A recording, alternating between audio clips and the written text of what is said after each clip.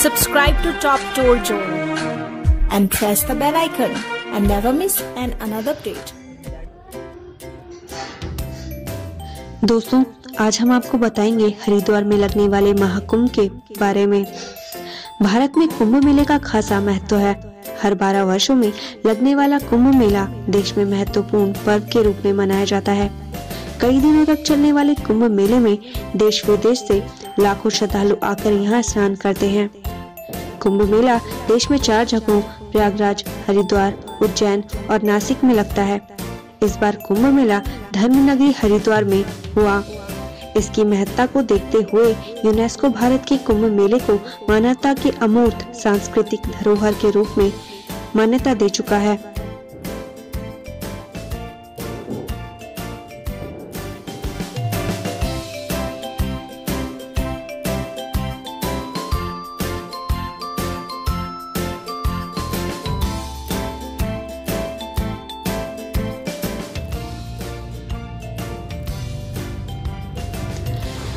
हिंदू धर्म में कुंभ स्नान का विशेष महत्व बताया गया है। ऐसी मान्यता है कि अगर कोई व्यक्ति कुंभ के दौरान गंगा स्नान या पवित्र नदियों में स्नान करता है तो उसके सभी पाप समाप्त हो जाते हैं और व्यक्ति के लिए मोक्ष प्राप्ति के द्वार खुल जाते हैं। तो वहीं अगर आप कुंभ के दौरान होने वाले शाही स्नान के दिन स्नान करते हैं तो ऐसी मान्यता है कि व्यक्ति को अमृतों के समान पुण्य की प्राप्ति होती है। शरीर और आत्मा शुद्ध हो जाती है, रोग विकार समाप्त हो जाते हैं। वहीं साधु संतों को अपने तपोकर्मों का विशिष्ट फल मिलता है।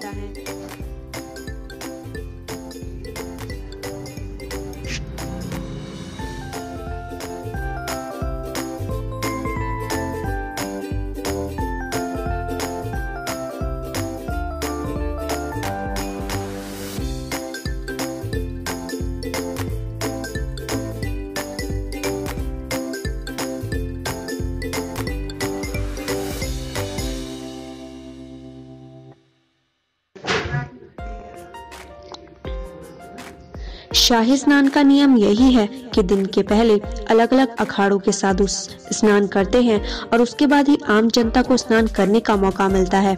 शाही स्नान में साधुओं का सम्मान एकदम राजशाही तरीके से किया जाता है, इसलिए भी इसे शाही स्नान के तौर पर जाना जाता है।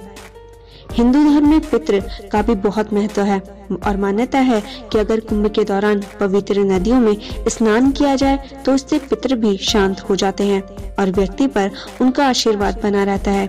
इसलिए लोग कुंभ स्नान के दौरान पितरों की मुक्ति के लिए पिंडदान भी करते हैं। शाही स्नान करते जाते समय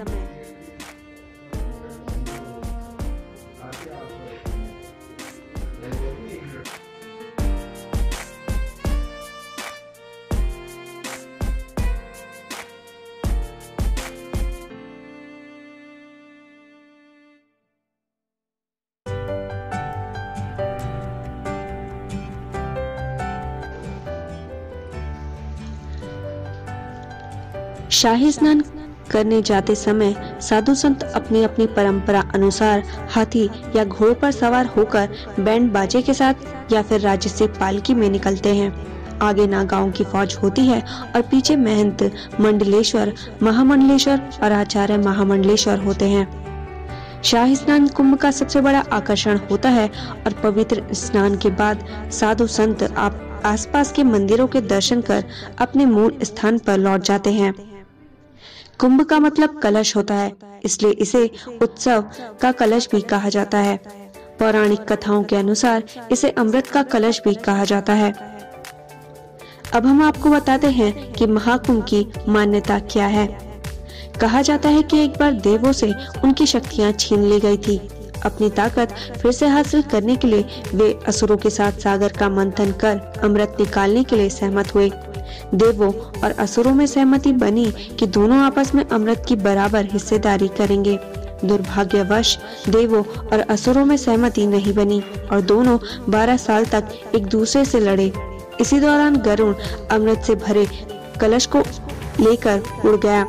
माना जाता है कि कलश में से अमृत की बूंदें 4 जगहों हरिद्वार, प्रयागराज, उज्जैन और नासिक में गिर गई। इसलिए इन 4 स्थानों पर ही कुंभ मेला लगता है।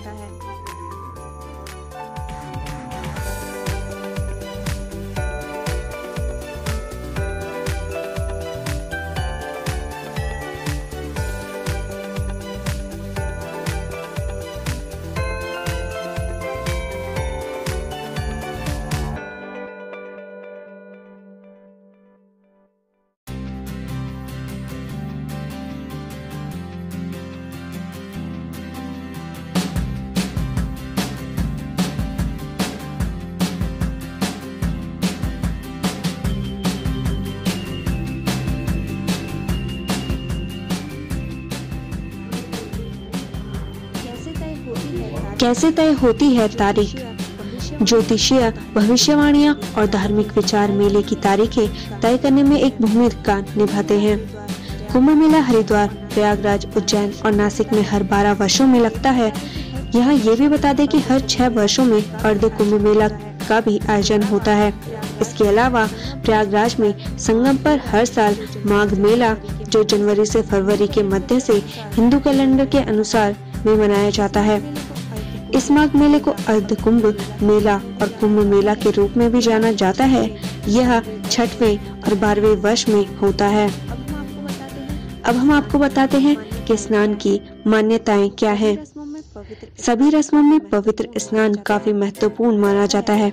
माना जाता है कि अमावस्या के दिन पवित्र जल में डुबकी लगाने से पापों से मुक्ति मिलती है और मनुष्य को जन्म, पुनर्जन्म तथा मोक्ष की प्राप्ति होती है। अब हम आपको बताते हैं कि हरिद्वार आप कैसे पहुंच सकते हैं। By air. निकटतम घरेलू हवाई अड्डा देहरादून में जॉली ग्रांट हवाई अड्डा है, जो हरिद्वार से 37 किलोमीटर दूर स्थित है। नई दिल्ली में इंदिरा गांधी अंतर्राष्ट्रीय हवाई अड्डा निकटतम अंतर्राष्ट्रीय हवाई अड्डा है। ट्रेन से। हरिद्वार में स्थित हरिद्वार रेलवे स्टेशन भारतीय रेल के उत्तरी रेलवे क्षेत्र के नियंत्रण में है। इसका भारत के दिल्ली, मुंबई, कोलकाता, चेन्नई, इंदौर, जयपुर, अहमदाबाद जैसे प्रमुख शहरों से सीधा संपर्क है, लेकिन इसमें केंद्रीय भारत के प्रमुख शहरों में सीधा संपर्क नहीं है। सड़क के द्वारा। हरिद्वार दिल्ली, हरियाणा, यूपी, पंजाब और उत्तराखंड के अन्य हिस्सों से आसानी से पहुंचा जा सकता है। राज्य परिवहन और निजी बसों से इन सभी स्थानों से आसानी से हरिद्वार पहुंचा जा सकता है। आगंतुक अपने उपयुक्त समय के आधार पर इन बसों को बोर्ड कर सकते हैं।